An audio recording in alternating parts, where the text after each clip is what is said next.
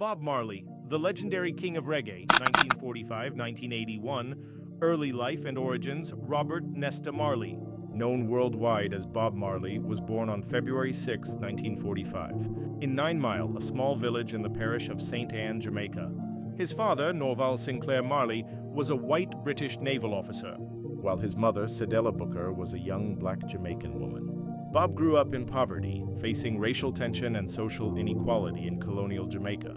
At the age of 12, he moved to Trenchtown, a poor neighborhood of Kingston, where he met Neville, Bunny Livingston, Bunny Wailer, and Peter Tosh, 2 young men who shared his passion for music. Together, they would change the course of musical history.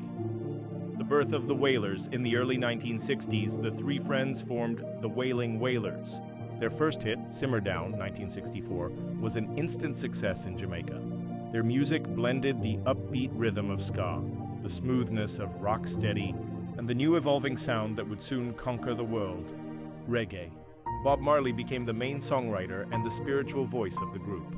His lyrics reflected love, resistance, unity, and spiritual awakening, making him the voice of the oppressed. Spiritual awakening. The Rastafari faith in the late 1960s, Marley embraced the Rastafarian movement, a spiritual belief system rooted in African identity and the divinity of Haile Selassie I, the Emperor of Ethiopia.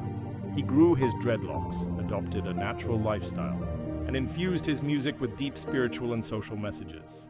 To millions, he became a prophet of peace, love, and liberation.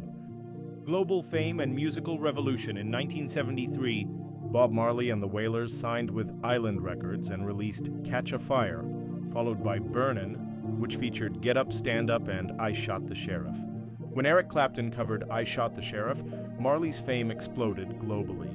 His following albums, Natty Dread, 1974, Rastaman Vibration, 1976, and the legendary Exodus, 1977, made him an international superstar. Songs like No Woman, No Cry, Jamming, 3 Little Birds, One Love, and Redemption Song became timeless anthems of hope and freedom. Buddy assassination attempt and the call for peace on December 3, 1976, just 2 days before a major concert for peace, Marley was shot in his home in Kingston during a political conflict. Though wounded, he miraculously survived.